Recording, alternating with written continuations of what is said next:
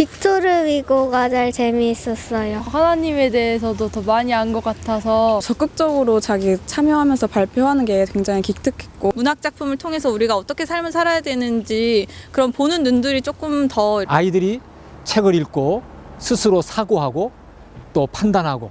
가장 중요한 것은 우리 애들이 알고 있는 보편적인 지식, 그런 상식들이 어떻게 성경으로 접근할 수 있는가.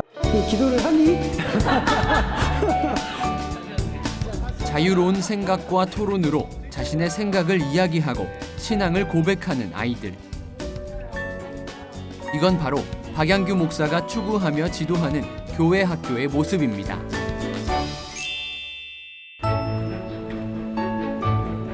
서울 노원구 성덕중앙교회.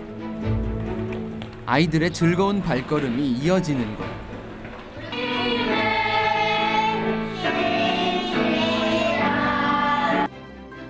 함께 모여 찬양하며 예배를 드리는 이곳에 뭔가 특별함이 있습니다.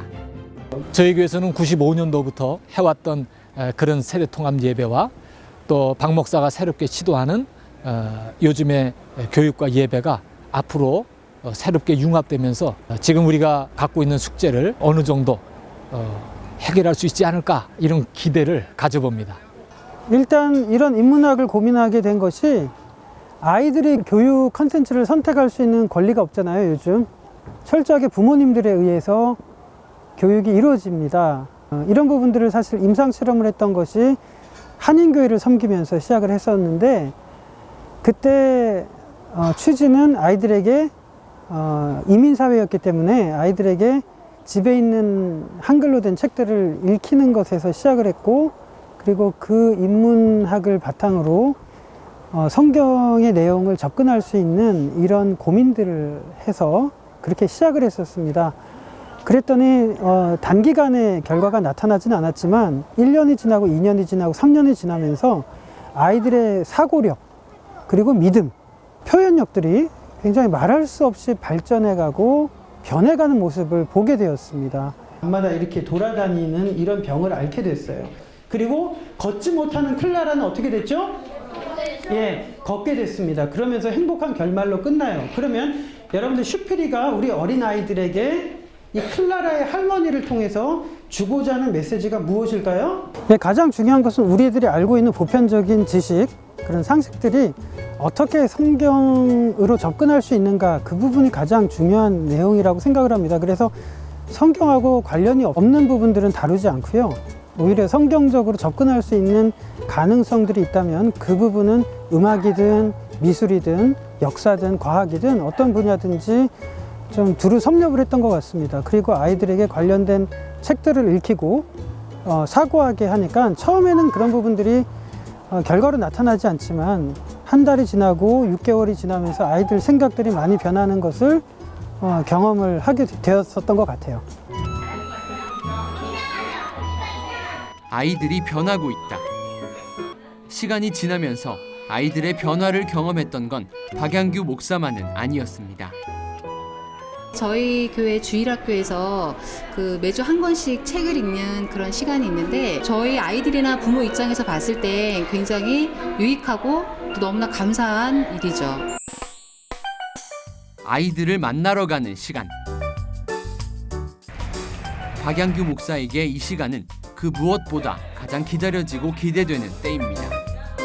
제가 고전을 통해서, 인문학을 통해서 아이들과 소통을 하면서 함께 판피 시스템을 운영하고 있는데요.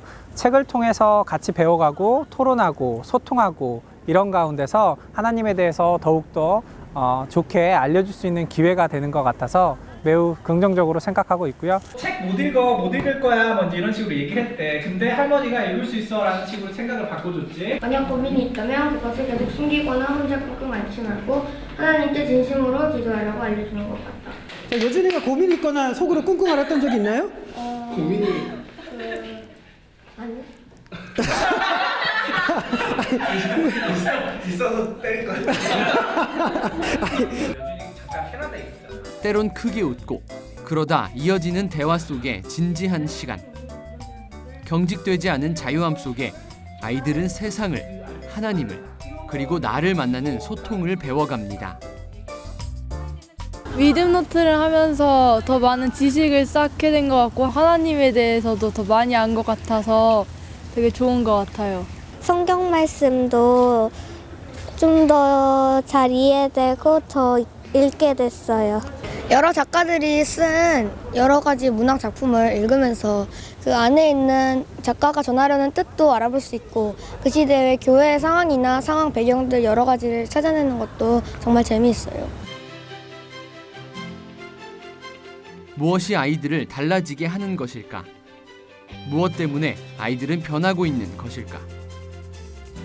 박양규 목사는 여전히 교회에서 그 답을 만들어가고 있습니다. 혹자들이 이야기를 할 때 5년 후에 한국교회 주일학교가 뭐 몇 % 줄어들 거라고 하는 그런 관측들이 있습니다.